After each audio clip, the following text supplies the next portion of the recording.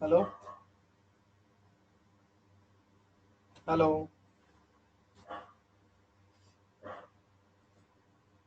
Good evening sir. जिंदा हो सारे? Yes sir, yes sir. चल ठीक। चलो ठीक है, आज आपका ये अ, आखिरी रिसेप्टर और one of the most important receptor है ये क्योंकि मेनली आप जितना एंडोक्राइन का पार्ट देखोगे वो मोस्टली आपको इससे रिलेटेड ज्यादा मिलेगा, या फिर आप जो साइटोकाइन देखोगे वो आपको इससे ज्यादा रिलेटेड मिलेंगे। ठीक है। जनरली ये जो आपका काइनेज लिंक या आपका इससे रिलेटेड जो रिसेप्टर है, सबसे पहले मैं आपको बात बात बताऊं। एक तो इसको समझना थोड़ा सा टफ पड़ता है, इसलिए कई बार आपको पढ़ाया नहीं जाता है काइनेज लिंक रिसेप्टर, लेकिन इसका रोल बहुत ज्यादा है। और इस रिसेप्टर्स का डायरेक्ट रोल आता है आपका जीन के एक्सप्रेशन में चेंज करने में। ठीक है। डायरेक्टली जीन का एक्सप्रेशन आपको पता है कि आप न्यूक्लियर जो आप रिसेप्टर देख देख रहे थे वहां पर चेंज हो रहा था, जहां पर आपका ट्रांसक्रिप्शन फैक्टर पे काम हो रहा था। इसके साथ साथ आप जीपीसीआर में जब आपका पाथवे जो है लैप्टिन के थ्रू काम कर रहा था, जब आपका जीपीसीआर का पाथवे आपका एमएपी के थ्रू काम कर रहा था, तब आपका जीन का एक्सप्रेशन चेंज होता था। ठीक है। तो जब भी आपका जीन का एक्सप्रेशन चेंज होता है तो आपकी बॉडी में बहुत सारे चेंजेस आते हैं, और ज्यादातर वो चेंजेस आपकी इम्यूनिटी से लेके, आपके हार्मोन से लेके, या आपकी सेल साइकिल से लेके आते हैं। ठीक है। तो जो भी आपके टायरोसिन काइनेज या फिर काइनेज लिंक्ड रिसेप्टर हैं, इनको ज्यादातर हम टारगेट करते हैं कैंसर में, इन्फ्लामेशन में। ठीक है। आप बहुत सारी कैंसर की ड्रग देखोगे जो आपकी टायरोसिन काइनेज पे काम कर रही है। ठीक है। बहुत सारी आप जो ड्रग देखोगे वो आपकी कहाँ काम कर रही है, जैक स्टैट पाथवे पे काम कर रही है। अभी तक आपको पता नहीं है जैक स्टैट पाथवे क्या होता है, समझ में आ जाएगा आपको, मुश्किल नहीं है। ठीक है। तो ये वाले जो आपके रिसेप्टर्स हैं काइनेज लिंक्ड वाले, ये आपके क्या है, ये जीपीसीआर से डिफरेंट है। जीपीसीआर आपको पता है कि वो आपका क्या है, सेवन मेम्ब्रेन, आपका सेवन ट्रांस मेम्ब्रेन जो है वो पास आउट आपका रिसेप्टर होता है जीपीसीआर। ये आपका सिंगल पास है, आपका काइनेज लिंक जो है। मैंने आपको पहले भी बताया था, जब काइनेज आ जाए मतलब उसका मतलब वहां पे क्या होगा, आपका फॉस्फोराइलेशन होगा। ठीक है। तो यहाँ पर आपका काइनेज लिंक और इससे जो रिलेटेड रिसेप्टर है वहां पर आपका फॉस्फोराइलेशन होगा। और इसके थ्रू जो आपका मेनली काम करता है वो आपका ग्रोथ फैक्टर काम करता है, साइटोकाइंस काम करते हैं, हार्मोन्स काम करते हैं। हार्मोन आपका इंसुलिन और लैक्टिन, ये आपके मेन इंपॉर्टेंट हार्मोन है जो आपका काइनेज लिंक रिसेप्टर के थ्रू काम करते हैं। आपसे क्वेश्चन जो है इस तरीके से फ्रेम करके पूछा जाता है और पूछा भी गया है। आपको कंफ्यूज किया जाता है ग्रोथ हार्मोन में। ठीक है। और सेकंड आपको कंफ्यूज किया जाता है ग्रोथ फैक्टर में, दोनों अलग होते हैं। ठीक है। अगर आपसे पूछा जाए कि काइनेज लिंक रिसेप्टर के थ्रू ग्रोथ हार्मोन काम करता है या ग्रोथ फैक्टर काम करता है, तो आपका आंसर ग्रोथ फैक्टर होगा उसका। ये बात आप लोग बहुत ध्यान रखना, बहुत बार बच्चों को फंसाया गया इसमें, ग्रोथ फैक्टर और ग्रोथ हार्मोन में, क्योंकि इंसुलिन सबको याद होता है। ठीक है। अच्छा, एक मैं आपको थोड़ा सा लेप्टिन के बारे में बता दूं, लेप्टिन क्या करता है, लेप्टिन कैसा हार्मोन होता है। अभी तक लेप्टिन आपने एक एड देखी होगी कि लेप्टिन आपकी ग्रीन टी आती है। ठीक है। जिससे आपका क्या होता है, आपकी बॉडी का वेट कम हो जाता है। ठीक है। लेप्टिन नाम से आपकी क्या आती है, ग्रीन टी आती है। I think Shraddha Kapoor ad देती है इसकी, लेप्टिन ग्रीन टी की, वेट वगैरह कम करने के लिए। एक्चुअली लेप्टिन आपका एक हार्मोन का नाम है। ठीक है। और ये जो आपका हार्मोन है ये रिलीज करते हैं फैट सेल्स। ठीक है। इस हार्मोन का काम क्या है, इस हार्मोन का काम है आपके ब्रेन को बताना कि आपके पास कंप्लीट एनर्जी है बॉडी के फंक्शन प्रोड्यूस करने के लिए। ठीक है। तो जैसे ही आप खाना खाते हो, फूड लेते हो, तो आपकी बॉडी में क्या होता है, लेप्टिन का लेवल जो है वो बढ़ जाता है। और जब लेप्टिन का लेवल बढ़ता है तो क्या करता है, लेप्टिन ब्रेन को सिग्नल देता है कि हमारी बॉडी में कंप्लीट एनर्जी है। तो हमारी भूख जो है कम हो जाती है, हमारी भूख शांत हो जाती है। ठीक है। अब आप जो ड्रग्स देखते हो या जो ये लेप्टिन टी देखते हो, जो मतलब ग्रीन टी वगैरह में है, तो ग्रीन टी क्या करती है, ग्रीन टी आपकी बॉडी में लेप्टिन के लेवल को बढ़ा देती है। अब आपने खाना तो खाया नहीं, अब आपने क्या पिया, ग्रीन टी पिया, तो ग्रीन टी लेप्टिन के लेवल को बढ़ा रही है, तो लेप्टिन जो आप डायरेक्ट ग्रीन टी से ले रहे हो, वो आपके ब्रेन को सिग्नल दे देता है कि आपकी बॉडी में कंप्लीट एनर्जी है, इसकी वजह से आपको भूख नहीं लगती है। ठीक है, और आपका वेट जो है वो कम होना स्टार्ट हो जाता है, आप खाओगे नहीं तो आपका वेट कम होना स्टार्ट हो जाएगा। इसी तरीके से जो लड़के लड़कियां हैं जिनको वेट कम करना है, वो आपके कीटो डाइट पे रहते हैं। अगर आप लंबे टाइम तक अगर आप कीटो डाइट पे रहते हो, जैसे रमजान होता है मुस्लिम रिलीजन में, या हमारे में नवरात्रे होते हैं, तो आप 8-9 नवरात्रे जब रखते हो तो आपकी बॉडी में लेप्टिन का लेवल स्टेबल सा आ जाता है। ठीक है, मतलब ना कम होता है ना ज्यादा होता है, तो आप एक टाइम से जो आपकी हंगर है, जो भूख है, उसको आप मेंटेन कर लेते हो। ठीक है, that is an type of ketone diet.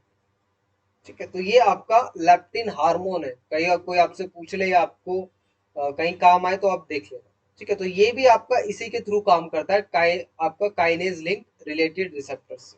ठीक है, नेक्स्ट अगर आप देखो, जो आपके काइनेज लिंक और जो रिलेटेड रिसेप्टर्स है, मैंने आपको बताया कि आपका जीपीसीआर 7 मेम्ब्रेन स्पैनिंग है, ये आपका सिंगल मेम्ब्रेन स्पैनिंग है। जीपीसीआर मैंने आपको बताया था, उसमें 250 से 300 अमीनो एसिड्स होते हैं, इसमें आपका एक चैन में 1000 अमीनो एसिड हो सकते हैं, आपका काइनेज लिंक रिलेटेड रिसेप्टर। ठीक है, और ये रिसेप्टर क्या होता है कि इसका एक पार्ट जो है आपका कहाँ होता है, एक्स्ट्रा सेलुलर पे होता है, और इसका एक पार्ट जो है आपका इंट्रा सेलुलर होता है, सेल के अंदर। ठीक है, यहाँ पर लाइगेंड बाइंड करता है और अंदर चेंजेस आना स्टार्ट हो जाते हैं। ठीक है, तो ये आपका इस टाइप का इसकी स्ट्रक्चर होती है, आगे आप सिग्नलिंग देखोगे तो समझ में आएगा। ठीक है, तो इसका साइज एक तो बड़ा है, सिंगल पास है, और इसका अगर आप देखो मेजर फंक्शन, तो मैंने आपको बताया था कैंसर वाली जो चीजें हैं वहां पर ज्यादा आएगा, जिन जिन चीजों का रिलेशन आपका कैंसर से है। सबसे पहले सेल डिवीजन में, आपको पता है कैंसर में सेल डिवीजन फास्ट हो जाता है, मतलब आपका काइनेज लिंक जो रिसेप्टर सिस्टम है वो आपका क्या हो रहा है, वो फेल हो रहा है या वो एक्सेस में हो रहा है। ठीक है, उसके बाद इंटरमेडिएटरी मेटाबॉलिज्म, ग्रोथ, डिफरेंशिएशन की एक सेल है, वो आपका दो अलग अलग टाइप के सेल में डिफरेंशिएट हो रही है। इन्फ्लामेशन, जहां पे आप क्या पढ़ते हो, एनएफ कापा बी। ठीक है, वो भी आपका इसी के थ्रू एक्टिव होता है। टिश्यू रिपेयर, या टिश्यू रिपेयर की जगह आप लिख लो DNA repair, apoptosis, immune response, ये सारा काम आपका काइनेज लिंक रिसेप्टर से होता है। ठीक है, अब आपकी बॉडी में तीन टाइप के जो है वो काइनेज लिंक रिसेप्टर मेनली मिलते हैं।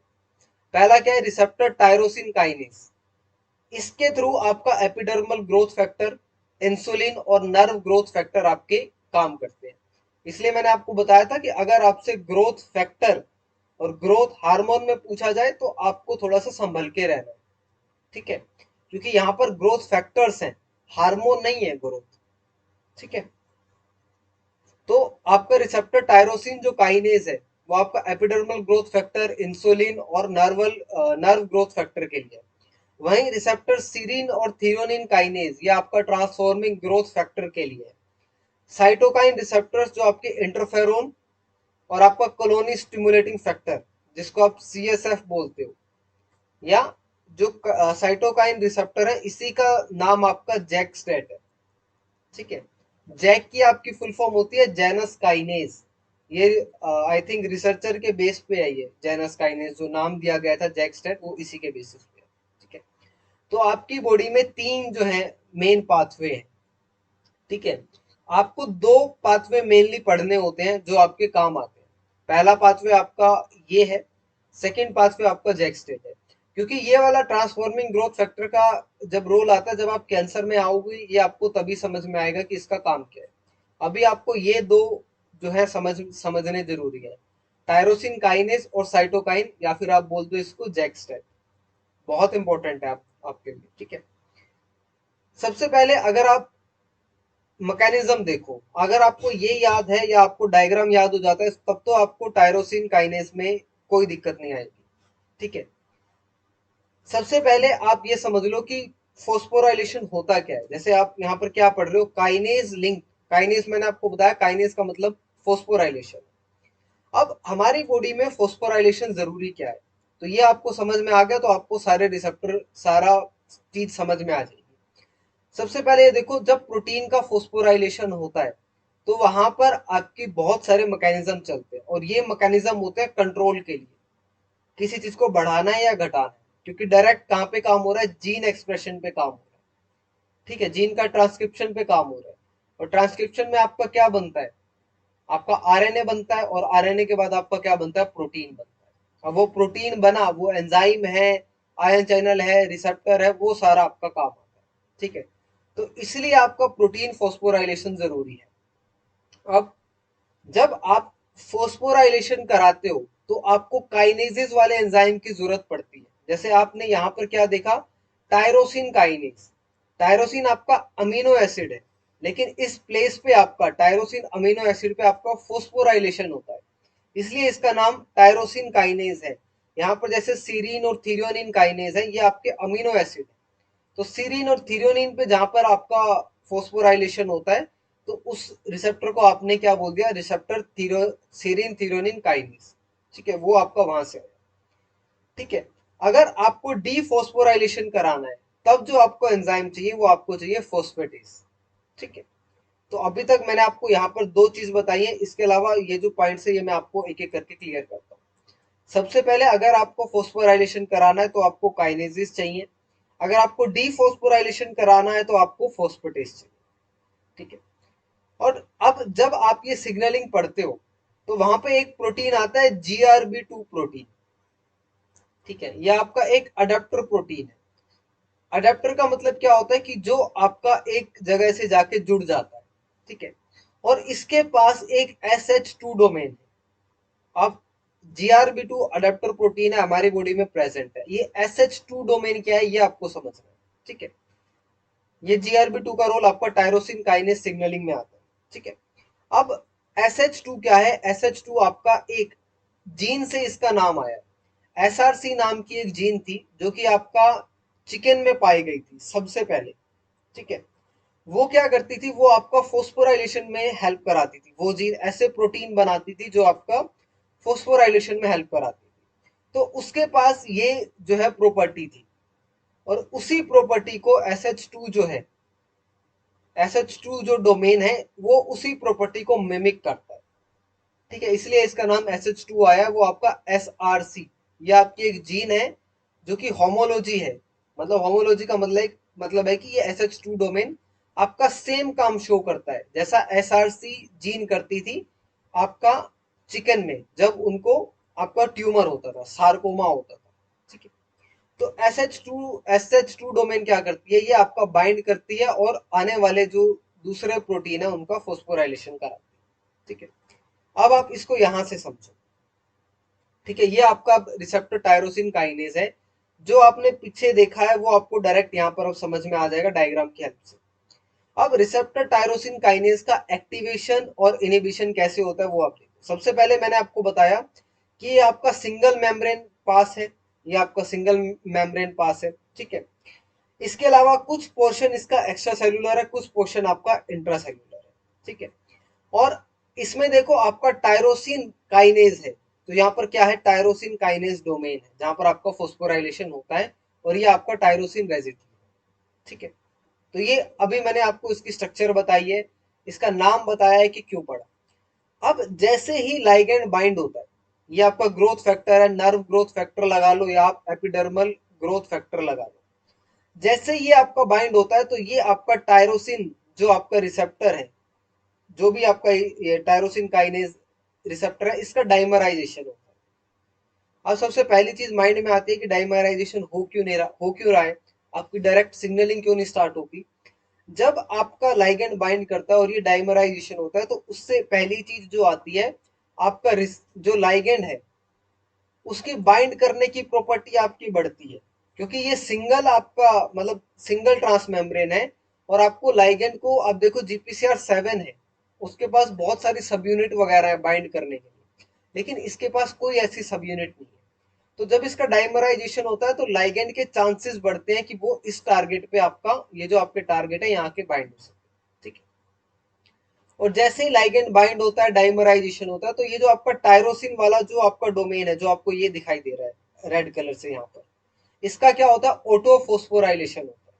ठीक है, ऑटो फोस्फोराइलेशन ये आपका सेकंड स्टेप है।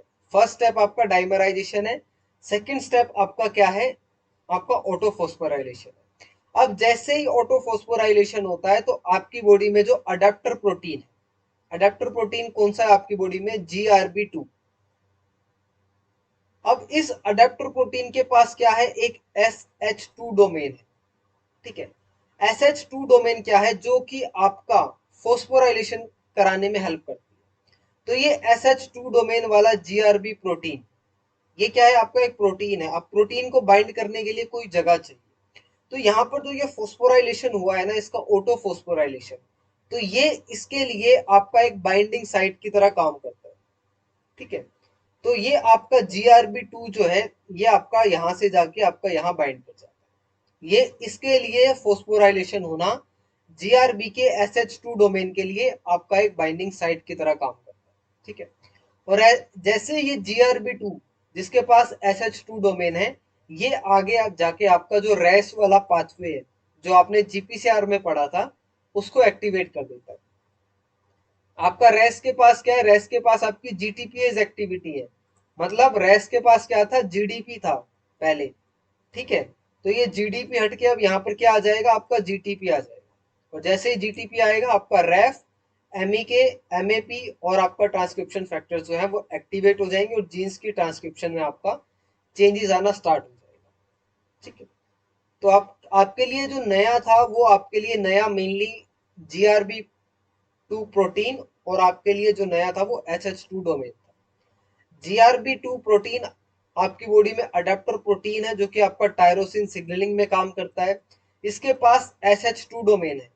ये SH2 डोमेन SRC जीन की तरह काम करती है। मतलब ये जो भी इसको, इसका जो काम क्या है, SH2 डोमेन का जो भी आगे इसको प्रोटीन वगैरह मिलेंगे, जो भी ट्रांसक्रिप्शन फैक्टर मिलेंगे, उसका फोस्फोराइलेशन काम कराना ये SH2 डोमेन का काम है। ठीक है, तो ये आपकी प्रॉपर सिग्नलिंग के स्टेप है, जो कि आपका रिसेप्टर टायरोसिन काइनेस की।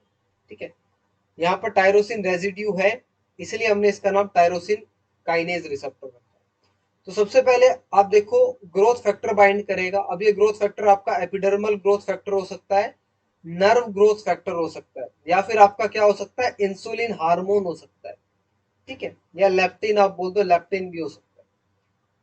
तो ये सारे आपका एज एन लाइगेंड की तरह काम कर रहे हैं। तो एक एक पॉइंट आप पढ़ते जाओ, आपको जो स्टेप बताए हैं वही है।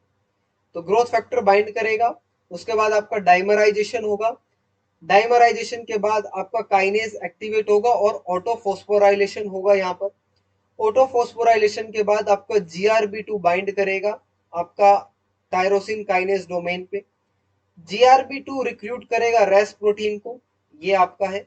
रेस प्रोटीन के बाद आपका रेफ, रेफ के बाद आपका एमएकी, एमएकी के बाद एमएपी, और एमएपी आपका कहाँ जाएगा, ट्रांसलोकेट करेगा न्यूक्लियस में, और आपका ट्रांसक्रिप्शन फैक्टर्स को फोस्फोराइलेट कर देगा। जब भी आपका ऐसा कोई फोस्फोराइलेट वाला टर्म चलता है, तो उस चीज को आप बोलते हो कास्केड। एक के बाद एक चीज का फोस्फोराइलेशन हो रहा है या डीफोस्फोराइलेशन हो रहा है, उस चीज को बोलते हो आप कास्केड। तो आपका टायरोसिन जो रिसेप्टर है, काइनेज है, वो इस तरीके से काम करता है। एमएपी की फुल फॉर्म मैंने आपको बता दी थी, माइटोजन एक्टिवेटेड प्रोटीन काइनेसिस। ठीक है, तो ये आपका एमएपी काइनेस है, जो आपका एंड में आके फोस्फोराइलेट होता है। तो ये जो आपका कंप्लीट है, ये आपका रिसेप्टर टायरोसिन काइनेस है। अगर आप जैक स्टैट देखो तो जैक स्टैट मुश्किल नहीं है, जैक स्टैट सिमिलर है। एक तो वहां पर इसकी जगह GRB2 की जगह क्या आ जाता है, आपका स्टैट आ जाता है। अब आप आगे देखोगे तो आपको समझ में आ जाएगा। तो जैक स्टैट जो है, ये आपका मेनली साइटोकाइंस के लिए होता है। इसका नाम जेनस काइनेज है जैक का। और इसमें जो आपके साइटोकाइंस है, साइटोकाइंस क्या है, आपके स्मॉल प्रोटीन्स है। इनका काम आपका कम्युनिकेशन में है, सेल टू सेल की कम्युनिकेशन में, चाहे वो कम्युनिकेशन आपकी इन्फ्लामेशन के लिए हो रही हो, इम्यूनिटी के लिए हो रही हो, सेल ग्रोथ के लिए हो रही हो, डिफरेंशिएशन के लिए हो रही हो। ठीक है, अब आप यहाँ पर देखो, अब यहाँ पर साइटोकाइन है, तो साइटोकाइन आपको पता है कि बहुत सारे हैं। इंटरफेरोन है, इंटरफेरोन गामा है, इंटरल्यूकिन 10 है, इंटरल्यूकिन 2 है, इंटरल्यूकिन 7 है, ये सारे आपके साइटोकाइंस। यहाँ पर एग्जांपल मैंने इंटरफेरोन गामा का लिया। ठीक है, अब पहले स्टेप में देखो interferon gamma bind to its receptor, तो ये इसका रिसेप्टर यहाँ पर बाइंड करेगा। आपको पता है बाइंड करने के बाद सेकेंड स्टेप क्या होता है आपका, डाइमराइजेशन का होता है। ठीक है, तो सेम है कि आपका जैक जो है, ये जो आपका जैक है, जैसे यहाँ पर क्या था आपका जो टायरोसिन रेजिड्यू था, इसकी जगह यहाँ पर आपका जैक प्रोटीन है जो कि आपका इस रिसेप्टर के साथ अटैच रहता है, जैक। तो जैक को आप क्या कहते हो, इसको आप एज ए रिसेप्टर की तरह काउंट करते हो। ठीक है, तो जैसे ये बाइंड करता है तो डाइमराइजेशन होता है, डाइमराइजेशन के बाद आपका फोस्फोराइलेशन होता है, या आप बोल सकते हो ऑटोफोस्फोराइलेशन होता है, किसका, आपका जैक का। तो ये आपका जैक का ऑटोफोस्फोराइलेशन हुआ। वहां पर आपका बाइंड क्या कर रहा था, जब इसका टायरोसिन का फोस्फोराइलेशन हो रहा था तो वहां पर आपका GRB2 बाइंड कर रहा था। यहाँ पर आपका बाइंड क्या करता है, यहाँ पर आपका स्टैट बाइंड करता है, और इस स्टैट के पास भी आपका क्या है, SH2 डोमेन है। ठीक है, तो आपका सिर्फ यही चलता है। और स्टैट आपका यहाँ पर क्या है, डायरेक्ट ट्रांसक्रिप्शन फैक्टर है। वहां पर आपका क्या था, ये रैफ एक्टिवेट हो रहा है, मैक हो रहा है, एंड में आके MAP हो रहा है, फिर ट्रांसक्रिप्शन फैक्टर एक्टिवेट हो रहा है। यहाँ पर आपका स्टैट ही आपका ट्रांसक्रिप्शन फैक्टर है। अगर आपने स्टैट को फोस्फोराइलेट कर दिया और स्टैट आपका डायरेक्ट न्यूक्लियस में चला गया तो आपके जीन के ट्रांसक्रिप्शन पे इफेक्ट आ जाएगा, वो कम हो जाएगा या ज्यादा हो जाएगा। ठीक है, तो इसका पाथवे आपका छोटा है। वहां पर रैफ, MAP वो आपका बड़ा था, क्योंकि वहां पर एंड में आके आपको ट्रांसक्रिप्शन फैक्टर को एक्टिवेट करना था। यहाँ पर आपका अगर जैसे आपका टायरोसिन हुआ, अगर यहाँ पर GRB2 की जगह मैं स्टैट कर दूं, स्टैट का फोस्फोराइलेशन होगा, ये न्यूक्लियस में जाएगा, बस आपका काम वहीं खत्म होगा। आपको इतना बड़ा पाथवे याद रखने की वहां जरूरत नहीं है। ठीक है, तो एक बार मैं इसको समराइज कर देता हूँ। वैसे थोड़ा सा डिफरेंस है लेकिन इंपॉर्टेंट है, जैक स्टैट और आपका ये टायरोसिन काइनेज। वैसे आपके लिए एक बीटा WNT सिग्नलिंग होती है, पर वो आपके सिलेबस में या आपके सिलेबस में उससे रिलेटेड ड्रग्स नहीं है कैंसर की। ठीक है, तो मैं इसलिए आपको वो नहीं करा रहा हूँ। तो यहाँ पर आपका साइटोकाइन बाइंड हुआ इंटरफेरोन गामा, जैसे ही बाइंड होगा आपका डाइमराइजेशन होगा। डाइमराइजेशन होने के बाद आपका क्या होगा, जैक का फोस्फोराइलेशन होगा। जैक का फोस्फोराइलेशन होने के बाद जैक फोस्फोराइलेशन के साथ आपका स्टैट बाइंड करेगा, और इस स्टैट के पास क्या है, आपका SH2 डोमेन है। और SH2 डोमेन आपको पता है कि फोस्फोराइलेशन कराता है, और जैसे ही फोस्फोराइलेशन होगा आपका स्टैट प्रोटीन जो है डाइमराइजेशन करके आपका जीन ट्रांसक्रिप्शन आपका करा देगा। तो ये आपका जैक स्टैट पाथवे। ठीक है, तो यही आपका आई थिंक थोड़ा ही था आपका काइनेज रिलेटेड रिसेप्टर, आपका यही है। आपको टायरोसिन पढ़ना है और आपको जैक स्टैट पाथवे पढ़ना है। दोनों का रोल आपका मेनली कैंसर में ज्यादा है। ठीक है, यहाँ जहाँ पर इन्फ्लामेशन है, जैसे रूमेटोइडल अर्थराइटिस वगैरह है, या कोई आप ऐसी डिजीज पढ़ रहे हैं कि जहाँ पर पुरानी इन्फ्लामेशन है या लंबी टाइम तक इन्फ्लामेशन रहती है। ठीक है, इसके बाद आप एक बार न्यूक्लियर फैक्टर कापा बी को देख लो, क्योंकि आपको बहुत जगह ये नाम सुनने को मिलता है। ठीक है, एक्चुअली न्यूक्लियर फैक्टर कापा बी अपने आप में क्या है, एक ट्रांसक्रिप्शन फैक्टर है। अब मान लो आपकी बॉडी में कोई डिजीज नहीं है। ठीक है, तो ये क्या है, नॉर्मली ये आपका साइटोसोल में, अगर मैं इसको बोल रहा हूँ NF कापा बी, तो ये क्या होता है, ये साइटोसोल में इसका एक इनिबिटर होता है जिसका क्या नाम है, IF कापा बी, या आई कापा बी आप लिख दो। इनिबिटरी लाइट चेन ऐसा करके होता है, लाइट चेन इनिबिटरी कापा भी कुछ ऐसा होता है। जब तक ये इसके साथ बाइंड है तब तक ये इनएक्टिव स्टेट में है। लेकिन जैसे ही आपकी बॉडी में सिग्नलिंग पाथवे चलता है, किसका, इन्फ्लामेशन का, अब वो सिग्नलिंग पाथवे आपका साइटोकाइन से हो रहा है, मतलब आपका जैक स्टैट पाथवे चल रहा है, या फिर आपका GPCR चल रहा है। तब क्या होता है, सॉरी, GPCR चल रहा है, तो आपकी बॉडी में ये जो ILIKB है, जो इनिबिटरी कापा बी है, ये आपका क्या होता है, ये डिसोशिएट हो जाता है। और जैसे ही ये आपका डिसोशिएट होता है तो आपकी बॉडी में NF कापा बी जो है वो इनएक्टिव से आपकी बॉडी में एक्टिव स्टेज में आ जाता है। ठीक है, तो ये आपका न्यूक्लियर फैक्टर कापा बी है। और न्यूक्लियर फैक्टर कापा बी के एक्टिवेट होते ही आपकी बॉडी में प्रो इन्फ्लामेटरी जो साइटोकाइंस है वो आपके बनने शुरू हो जाते हैं, और इसके साथ साथ आपकी बॉडी में एंटी एपोप्टोटिक जो जीन है जो आपकी बॉडी में एपोप्टोसिस को रोकती हैं। अगर आपकी बॉडी में एपोप्टोसिस रुक गया तो उसका मतलब आपकी बॉडी में कैंसर होने के चांसेस बढ़ गए। ठीक है, तो ये आपको न्यूक्लियर फैक्टर कापा बी है जो कि आपको मतलब आगे बहुत काम आएगा। अगर आपको सिर्फ इतना पता है कि प्रेजेंट साइटोसोल में है, और न्यूक्लियर फैक्टर कापा बी आपका एक खुद ट्रांसक्रिप्शन फैक्टर है। ठीक है, ये आपके वो रिसेप्टर है जो आपकी बॉडी में काइनेज कास्केड्स को ऑन ऑन करके रखते हैं। ठीक है, जीपीसीआर है, अगर वो आपका क्या कर रहे हैं, वो आपके माइटोजेंस पे काम कर रहे हैं। जीआरके है, पीकेए है, पीकेसी है, आपके सेल एडेशन मॉलिक्यूल है। पीकेजी आपका जो कि आपके लिंक्ड रिसेप्टर है जीपीसीआर वाले, और आपका काइनेज लिंक रिसेप्टर जो कि आपका ऑटोफाइल फॉस्फोराइलेशन से काम करते हैं। तो मेनली आपकी बॉडी में ये सारे रिस्पॉन्स आते हैं। फिजियोलॉजिकल चेंजेस जो कि आपकी बॉडी में स्टेरॉइड वगैरह लेते हैं वो आता है। इम्यून रिस्पॉन्स है, अपोप्टोसिस है, मैलिग्नेंट ट्रांसफॉर्मेशन की नॉर्मल सेल से आपका कैंसर सेल में ट्रांसफॉर्मेशन हो रहा है, ग्रोथ हो रही है और सेल का डिफरेंशिएशन हो रहा है। तो ये सारा आपका काइनेज कास्केड पाथवे से चलता है। ठीक है, इस फोटो को आप याद रखो ना रखो, इस फोटो का कोई लेना देना नहीं है। ये आपका एक समराइज वे में था कि आपके ये रिस्पॉन्स आ सकते हैं जो ये आपको लास्ट में बताए। ठीक है, तो ये आपके कंप्लीट आपके रिसेप्टर थे।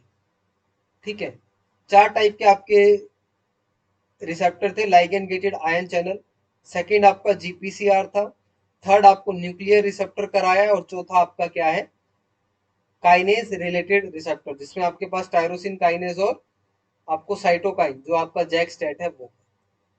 ठीक है, नेक्स्ट आपका ये पूरा हो गया है रिसेप्टर्स जो है। अब आपका जो बाकी है वो हम